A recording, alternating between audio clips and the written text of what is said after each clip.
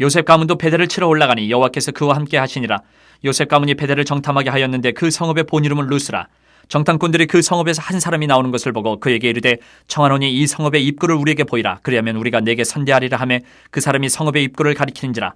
이에 그들이 칼날로 그 성읍을 쳤으되 오직 그 사람과 그의 가족을 놓아 보내매 그 사람이 햇사람들의 땅에 가서 성읍을 건축하고 그것의 이름을 루스라 하였더니 오늘까지 그곳의 이름이 되니라. 므낫세가 베스안과 그의 딸린 마을들의 주민과 다낙과 그의 딸린 마을들의 주민과 돌과 그의 딸린 마을들의 주민과 이블람과 그의 딸린 마을들의 주민과 무기또와 그의 딸린 마을들의 주민들을 쫓아내지 못하며 가나안 족속에 결심하고 그 땅에 거주하였더니 이스라엘이 강성한 후에야 가나안 족속에게 노역을 시켰고 다 쫓아내지 아니하였더라. 에브라임이 게셀에 거주하는 가나안 족속을 쫓아내지 못하며 가나안 족속의 게셀에서 그들 중에 거주하였더라. 스불론은 기드론 주민과 나할롤 주민을 쫓아내지 못하였으므로 가나안 족속의 그들 중에 거주하면서 노역을 하였더라. 아셀의 악고 주민과 시돈 주민과 알랍과 악십과 헬바와 아빗과 르홉 주민을 쫓아내지 못하고 아셀 족속이 그 땅의 주민 가나안 족속 가운데 거주하였으니 이는 그들을 쫓아내지 못함이었더라. 납달리는 베세메스 주민과 베다나 주민을 쫓아내지 못하고 그 땅의 주민 가나안 족속 가운데 거주하였으나 베세메스와 베다나 주민들이 그들에게 노역을 하였더라.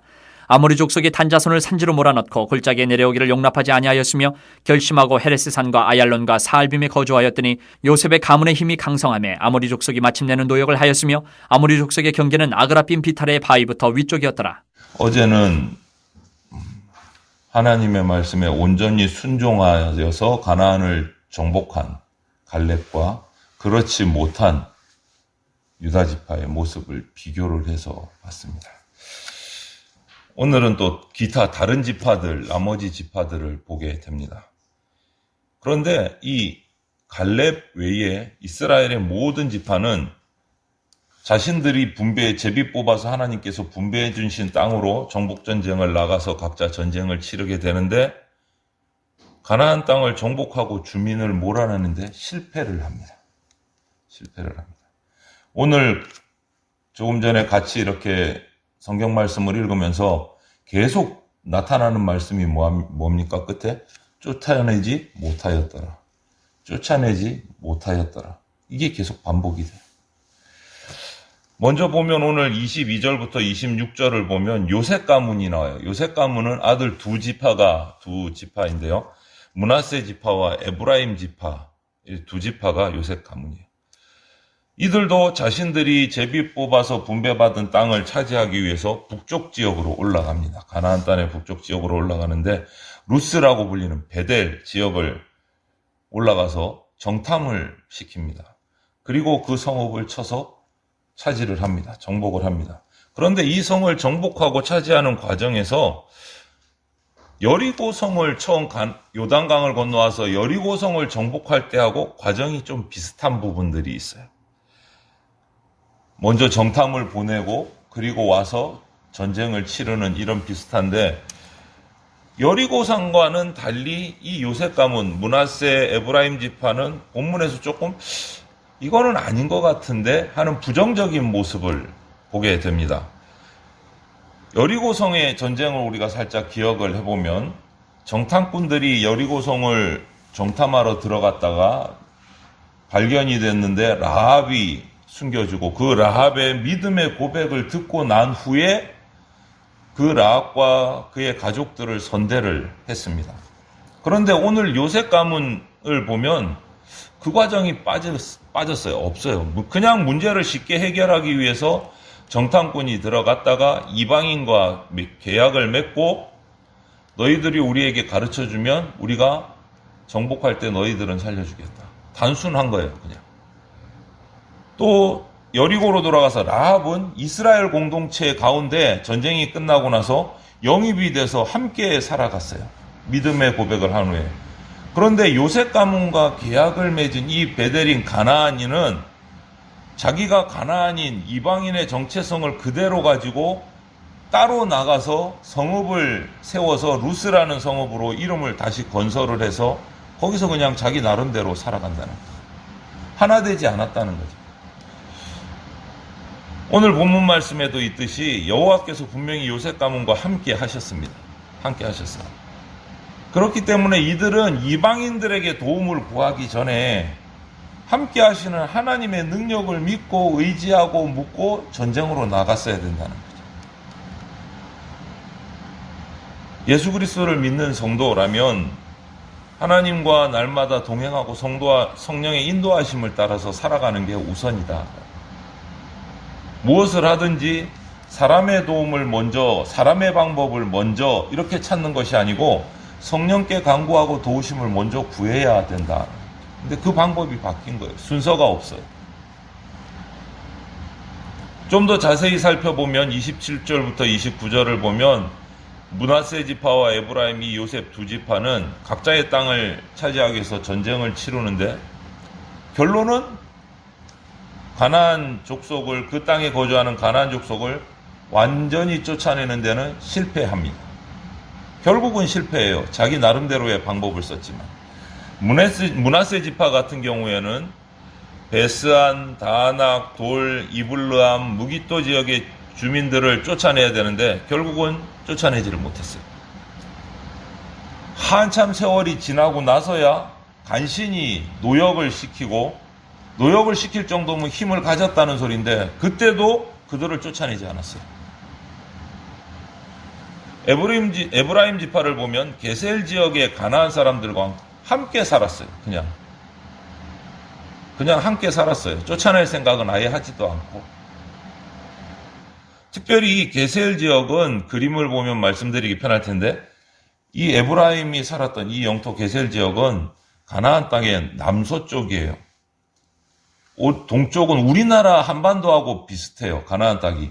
오른쪽 동쪽은 요단강 쪽은 산맥이 많고 산악지역이고 서쪽으로 올수록 점점점 올수록 우리나라 서해안처럼 해안가로 가까울수록 평지고 아주 땅이 좋아요. 근데 그 좋은 땅 쪽에 속해 있단 말이에요. 남서쪽에. 평지가 만나고 산이 있고 평지가 같이 있는 아주 경제적으로도 지리적으로도 군사적으로도 아주 좋은 땅, 중요한 땅인데 거기를 완전히 점령하지 못해서 이후의 역사 속에서 계속 거기에서 문제가 생겨요. 여러분, 하나님 말씀대로 온전하게 순종하는 일이 어려운 일처럼 여겨질 수 있습니다. 하지만 하나님의 명령이 우리 자신을 위해서 하나님의 최고의 선물이다라는 것을 기억할 필요가 있어요. 하나님의 말씀에 순종하는 것이 최고의 복이고 최고의 선물로 온다라는 것을 우리가 기억할 필요가 있습니다. 그리고 30절, 36절로 넘어가면 이제 기타 다른 지파들이 막 등장을 합니다. 스불론 지파, 아셀 지파, 납달리 지파, 단 지파 이들이 나타나는데 스불론, 아셀, 납달리 지파를 보면 이들도 역시 가나안 주민들을 쫓아내지 못해요. 심지어 아셀과 납달리 지파는요, 그냥 가나안 주민 가운데 끼어서 살아요. 쫓아내기는커녕 전쟁은커녕 가갖고 그냥 빌붙어서 사는 거예요. 섞여서. 그들이 가나안 족속을 완전히 쫓아내지 않은 이유를 살펴보면 한결같이 경제적인 이유예요. 경제적인 이유. 가나안 주민들을 자신들의 노예로, 부역군으로 부리면서 경제적인 그 부를 쌓아간 거예요. 순종보다 자신들의 이익을 중요시한 거예요. 하나님의 말씀보다 자신들의 주머니가 중요한 거예요. 이 정도에서 끝나지 않고 단지파를 보면 모습이 더 확실히 드러납니다. 단지파는 아모리 족속에게 패전해갖고 산지로 쫓겨나요. 자기들이 분배받은 땅에는 들어가지도 못하고 근처 산으로 올라가서 거기서 쫓겨나서 살아요. 세월이 지난 후에 요셉 지파가 이 아모리 족속을 정복하고 부역군을 삼았는데 그때도 마찬가지 요셉 지파도 그들을 완전히 멸하지 않고 부역군으로 부리면서 경제적인 이득을 이용을 해요. 여러분, 왜 이스라엘의 이 각 지파들은 자신들이 분배받은 땅에 남아있는 가나안 족속들을 쫓아내지 않고 강제 노역을 시켰을까? 다른 여러 가지 기록들을 살펴보니까 가나안의 그 당시 문화가 워낙 꽃피고 있는 문화여서 매력적으로 보였을 겁니다. 강제 노역을 시키면서 주머니도 채우고 편하게도 살고 또 매력적으로 보이는 그들의 문화도 조금 누려보고 풍요로운 삶을 누리고 싶었던 거예요. 또 광야를 지나오고 이스라엘 백성의 주업은 유목이에요.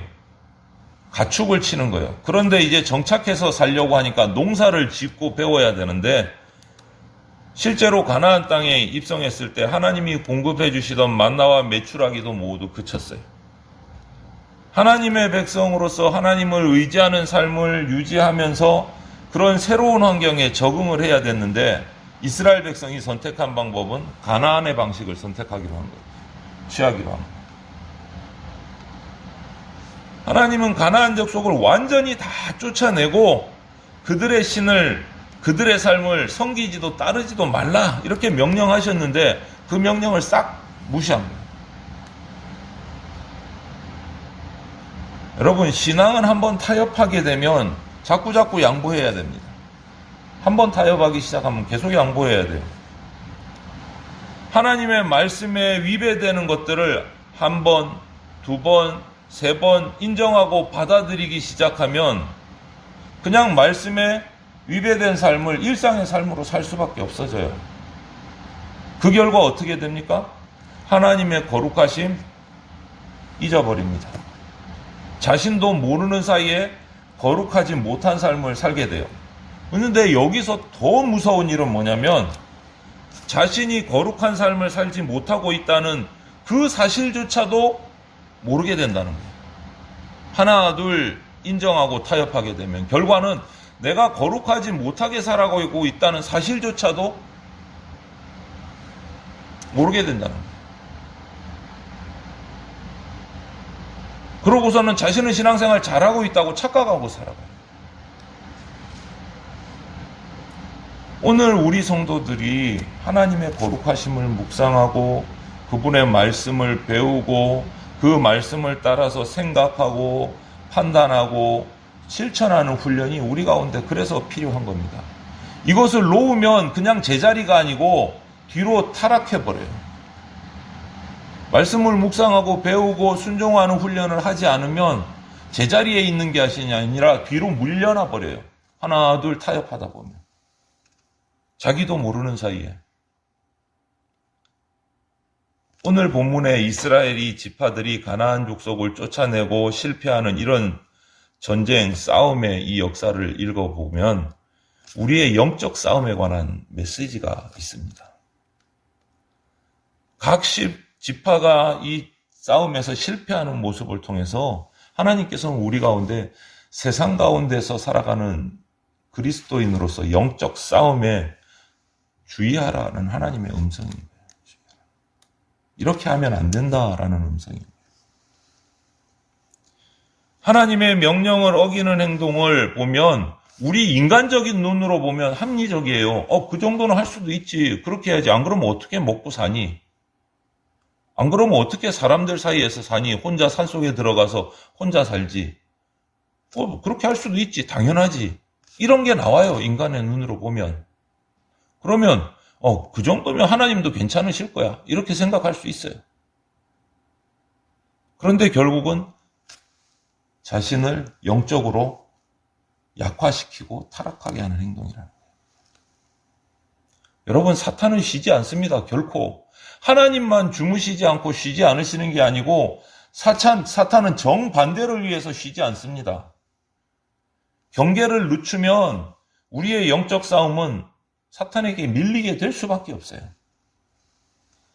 하나님의 말씀을 내려놓으면 하나님의 말씀에서 한 걸음 반 걸음 물러나면 사탄과의 영적 싸움에서 밀릴 수밖에 없어요. 이스라엘의 싸움을 보세요. 하나님의 말씀 조금 대충 지키고 내 주머니를 좀 채우자 노역을 시키기 시작하면 그게 타락의 첫걸음이 되는 거예요. 가나안의 문화, 세상의 문화를 따라가게 돼버리는 거예요. 여러분, 이 말씀을 오늘 어제 그제 이 사사기의 말씀을 잘 생각해 보면 하나님이 이스라엘과 함께하지 않으셨기 때문에 이스라엘 백성이 실패했다. 아니, 그게 아니에요. 하나님은 이스라엘 백성과 함께 하셨어요. 그런데 왜 실패했느냐?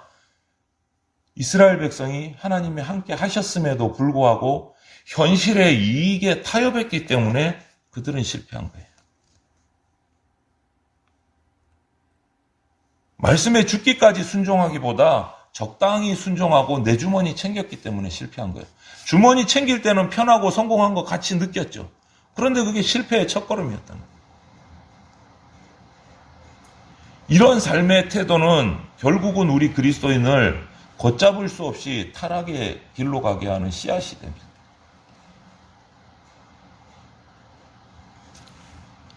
저는 우리 대전장로교회가 이런 이스라엘의 가나안 정복의 과정에 실패하는 모습들을 반면교사 삼아서 세상과 완전히 구별되는 거룩함을 끝까지 추구하고 그 거룩함을 유지해서 온전한 순종으로 완벽한 승리를 하는 그런 복된 교회가 되기를 진짜 소망하고 기도합니다. 우리 성도들도 개인의 삶 속에서 이 말씀을 반면교사 삼아서 온전한 순종으로 세상과의 영적 전쟁에서 완벽한 승리를 하고 복된 하나님의 백성으로 살아갈 수 있게 되기를 주님의 이름으로 축원을 드립니다.